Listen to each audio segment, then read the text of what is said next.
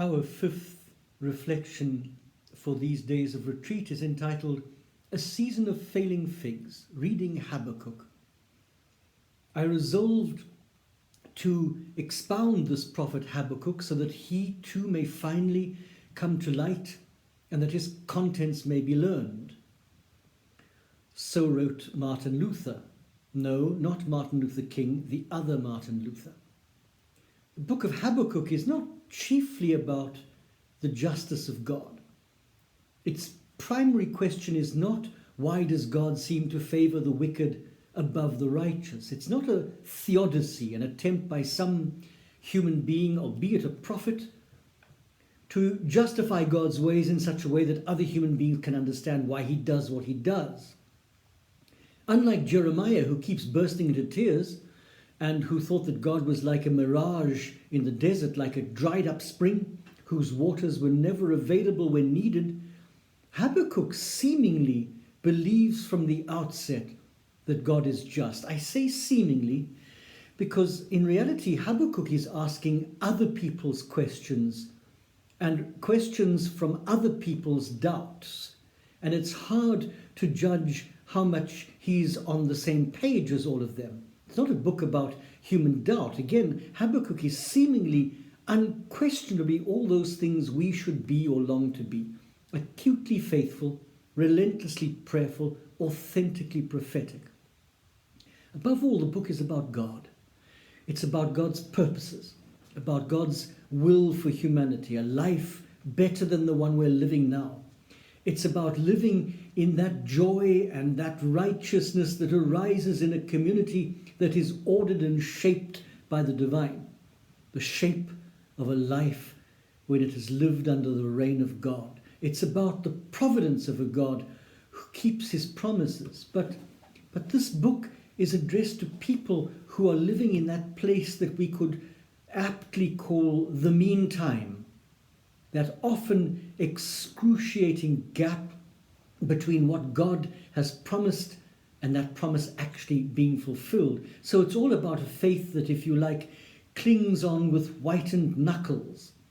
And this is surely one of the truest elements of faith for most of us, that we live our lives in the between place, the in-between, that place of discomfort between a complaint or a struggle or a prayer or a fervent plea on the one hand and God's timetable on the other.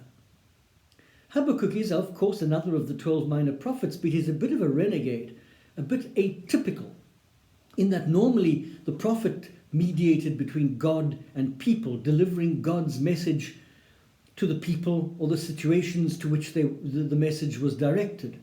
Habakkuk is the people's prophet who goes the other way. He takes people's messages back to God, so that this book is really quite distinct from all the other books of the minor prophets. Habakkuk, with his curious name, probably means a nice smelling garden plant, lived perhaps around the same time as Jeremiah.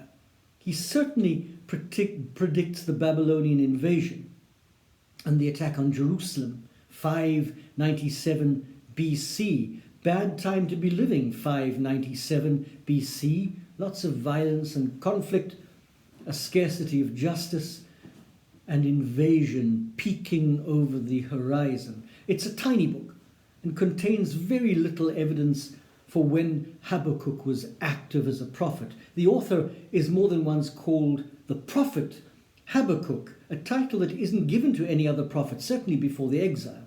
He may well have been one of the cultic prophets on the staff of the Jerusalem temple. It was partly the existence of those cultic prophets that would cause Amos to protest to Amaziah, I'm not a prophet. I'm not the member of some prophetic guild. I grow figs. One of the things temple prophets had to do was to be able to give answers to worshippers who came looking for them. Answers from heaven. Once the problem was stated, the prophet inquired of God and obtained an answer. We do have fragments of context which are quite interesting.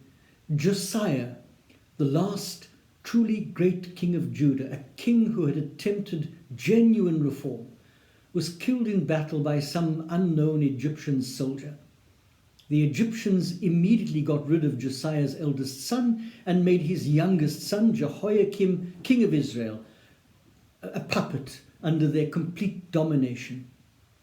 If Jeremiah's denunciations of Jehoiakim are to be taken seriously, he promises that Jehoiakim will be buried after his death with all the pomp of a dead donkey, then Jehoiakim was clearly a complete disaster and was eventually gotten rid of by the Babylonians, who came in to chase out the Egyptians. Habakkuk, at least the first 4 verses of chapter 1, appears to be another oracle against Jehoiakim. Habakkuk adding his protest to the protest of Jeremiah, disregarding the king's disregard for the weightier matters of the law.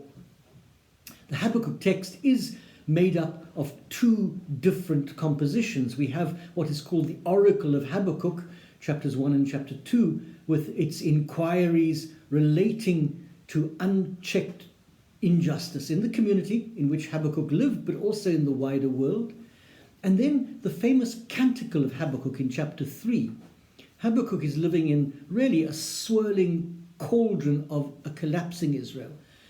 Unchecked growth of injustice, difficult to reconcile with Israel's ancestral faith in a God who himself was just and who required justice in relations among human beings and who had the power to enforce that requirement. The canticle we know well, at least we know bits of it. God comes forth from Teman. Teman means on the right, thus the south, in other words, a district in the land of Edom. The Holy One comes from Mount Paran, the wilderness near Sinai, to which Hagar was exiled and in which David sought refuge. So the reference is to the Exodus. It is a God who appears to be marching out of the wilderness in judgment of his people. And of course, more famously, even though the fig does not blossom, nor fruit grow on the vine, even though the olive crop fails and fields produce no harvest, even though the flocks vanish from the folds and stalls stand empty of cattle, yet I will rejoice in the Lord. They're 2 very different types of reading, but they have one single common theme, and that is keep faith in God. In spite of the appalling experience of invasion and oppression which falls like a sledgehammer against trust in the divine.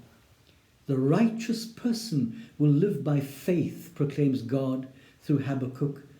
This is among the most important phrases that the Bible has to offer in terms of its implications for Christian theology as it began to emerge. And the prophet replies to this, I will wait quietly for the day of trouble to overtake the people who invade us. The shape of the whole book of Habakkuk will provide an argument that defines who these righteous are who live by faith and what faith in the one living God looks like. The term righteous in the Old Testament, the Hebrew scriptures, is not first and foremost a moral term. It is a relational term. The righteous are those who are dependent upon God, and thus those who know they are dependent. They trust in God's laws because of this and they follow him. The wicked, on the other hand, feel free to violate God's laws and their neighbor's needs because they do not rely on God. They are unrighteous. So we have here a prophetic complaint on behalf of a worshipping community. Job asks, how could you let this happen to me? Habakkuk asks, how could you, God, who I know is just, let this happen to us? His question marks the start of a great prophetic conversation, really 2 great conversations, haggling with God, trying to understand the apparent meaningless actions of God, and finally ending with this moving, passionate act of faith about what to do even if the figs don't blossom that year. And in answer to his complaint, he receives from God what is called a burden, an oracle. They are the woes and the visions and the verses that make up this book.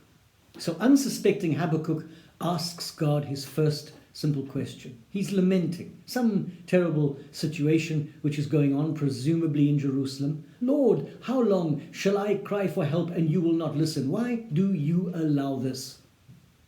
Habakkuk seems seriously distressed about God's policy of non-intervention.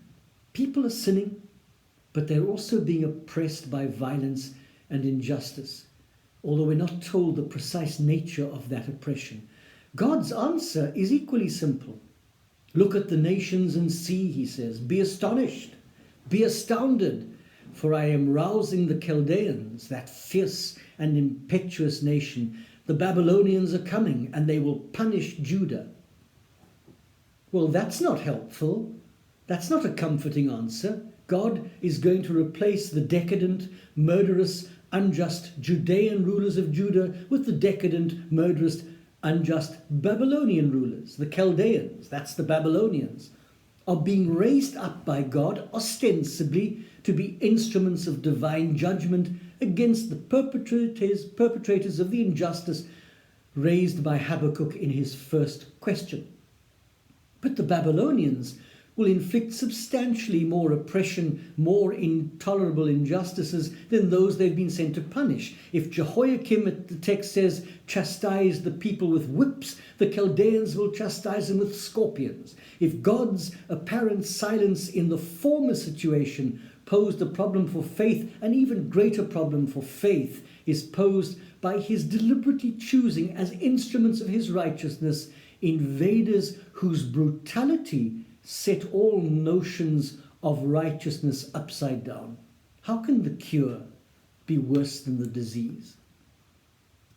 If God had not revealed himself as a God of justice, a God of righteousness, establishing judgment and justice as the foundation of his throne, then none of this would be a real problem. It would simply be reduced to the idea of accepting the fact that in this life the stronger stamp on the weaker.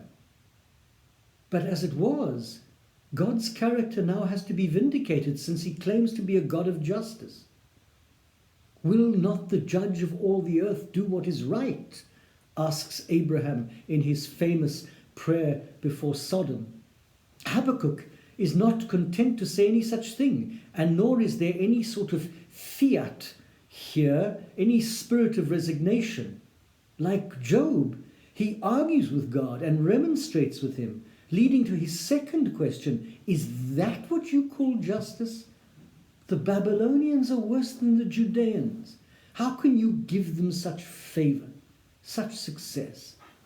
And God responds with an equally bizarre answer about the fate of the Babylonians. Their days too are numbered. He's using them, but he doesn't approve of them.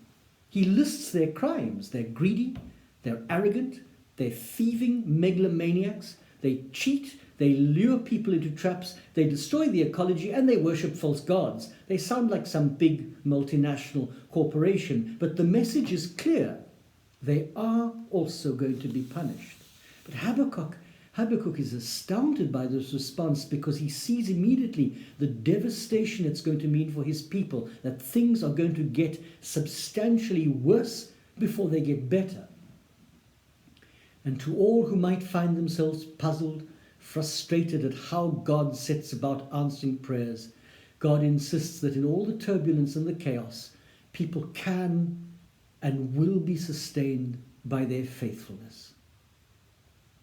It is this moment for the Hebrew community, knowingly or not, a pivotal moment, because all of those old, easy assurances that peace and health, long life and prosperity were signs of divine approval, all of those have now collapsed in the face of experience.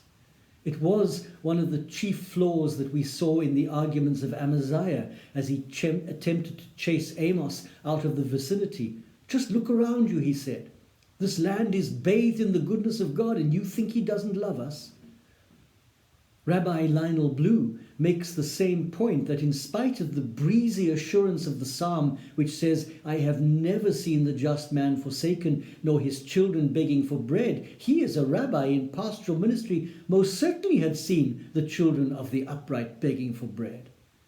So Habakkuk's is really a crucial theology because it flies in the face of all of the corrupted gospel of the prosperity cults.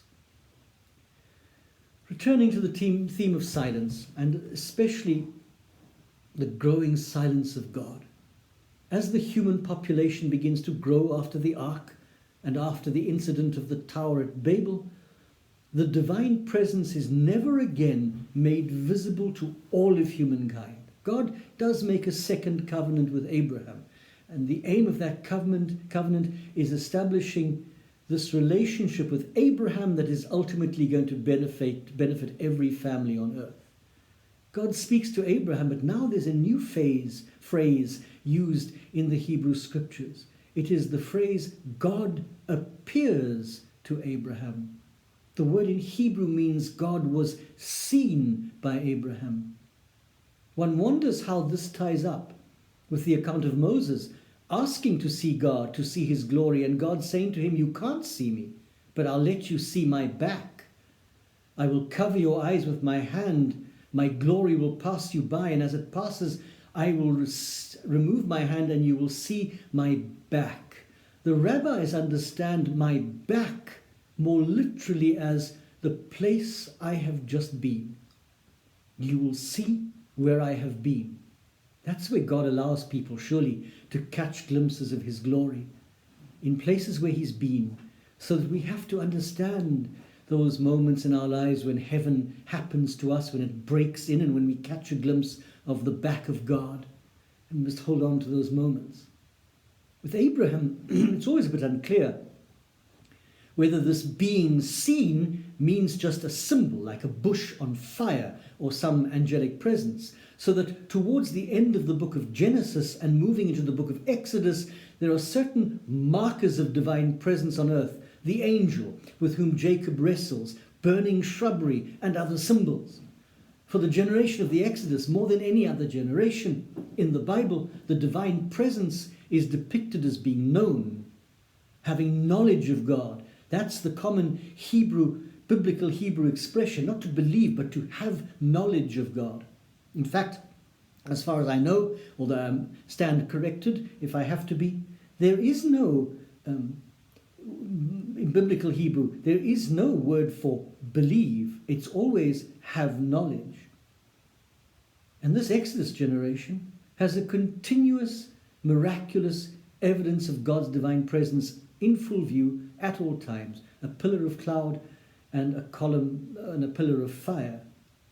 Of course, there are other manifestations, miraculous water, food from heaven, water from the rock, culminating in the ultimate revelation of God to a large group of people, that Mount Sinai event where God again personally comes down, even though people are not permitted to go near, and they are not so keen to go near anyway. They don't really want to hear a divine voice, terrified by all the manifestations of divine presence like fire and thunder.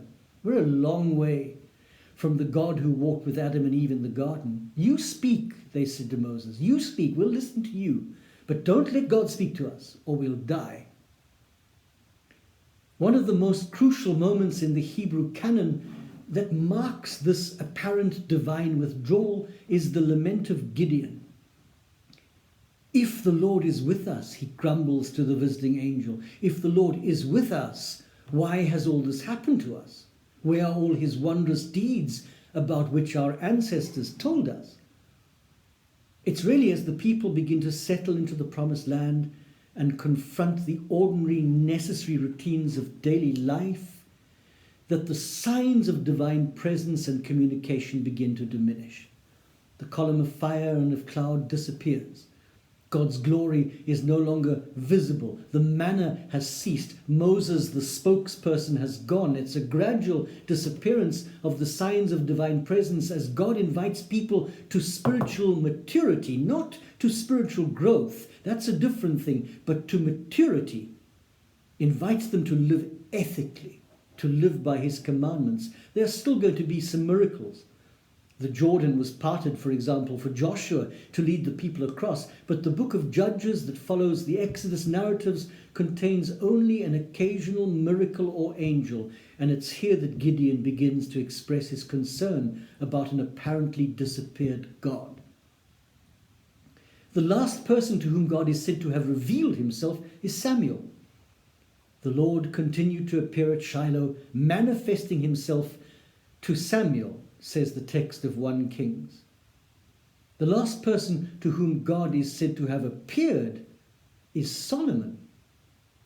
He appears twice to Solomon in a dream at night, and then on a third occasion rebukes him quite angrily. But after Solomon, there are still 5 centuries of the story to be told in the Hebrew canon, and the deity seems to have gone away, at least not appeared to human beings any time after this. God speaks to David and to Solomon, Israel's second and third kings, but the words "and God said" are never applied to any of the other 38 kings who follow them, except in 2 Chronicles, where he tries to speak to the exceptionally wicked King Manasseh and goes unheard. The last appearance of clouds of glory occur when Solomon dedicates the temple. Even Solomon seems a little doubtful. Will God actually live among people? So he asks that God will at the very least put his name in the new building, cause his name to dwell there. The last great public ministry of the Hebrew scriptures happens up on Mount Carmel with Elijah, when God miraculously lights a soggy sacrifice to the annoyance of the priests of Baal. But Elijah is then forced to flee the wrath of Jezebel, whose priests he has cheerfully massacred, and he ends up on Mount Horeb, another name for Mount Sinai, a mountain which hasn't played any role in the story since God used it as a place of descent for the Decalogue. Now suddenly we have a prophet again standing alone on Mount Sinai, but the similarity with Moses comes to an end, because God's words to Elijah are, "What are you doing here?" Literally, what do you have here? There follow those 3 phenomena, wind, earthquake, fire, phenomena that are long associated with divine activity in the biblical narratives, but now no longer, because God is absent in each of them. The places in which God is not. We said this the other day, that through his letters, Paul realizes this and sees these places, the places where you will never find grace or wisdom or blessing. Places in which when God finds us there, he says the same thing to us. What do you have here? Instead, Elijah discovers God in a new place, badly translated in our Bibles as a still small voice or a gentle whisper, but in the original, the sound of thin hush. This might be the pivotal moment of the manifestation of God's presence in the Bible. His refusal now to appear any longer in the traditional methods and the beginning of a new mode of self-disclosure.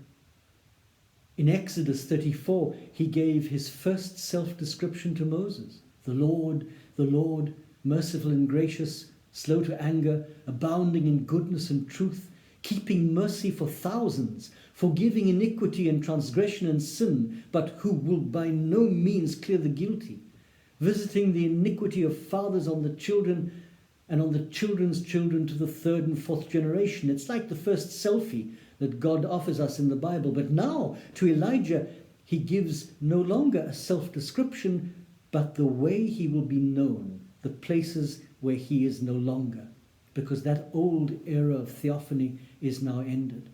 It's not surprising that it is Moses and Elijah who are seen with Jesus on the Mount of Transfiguration.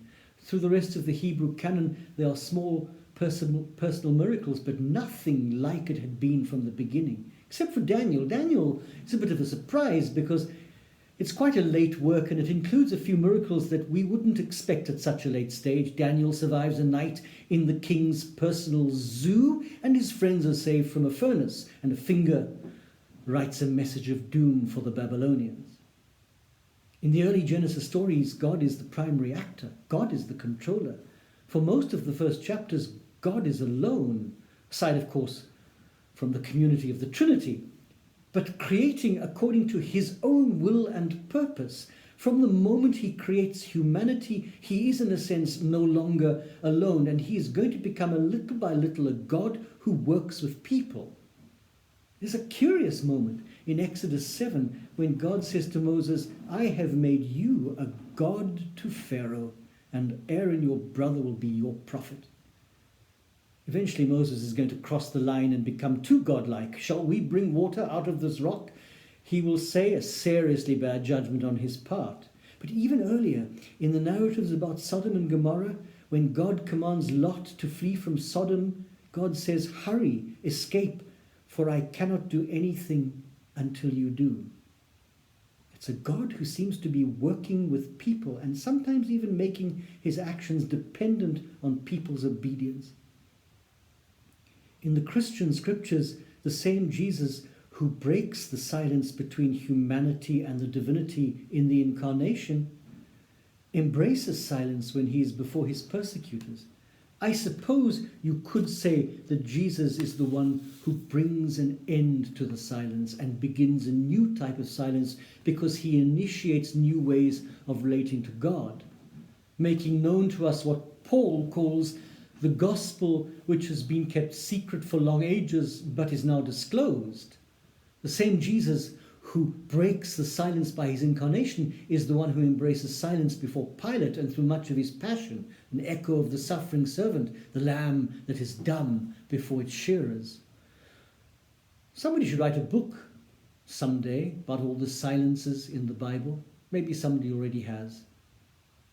In the book of Revelation, there's a moment when the Lamb opens the seventh seal, and the text says that there was a great silence in heaven for about 30 minutes.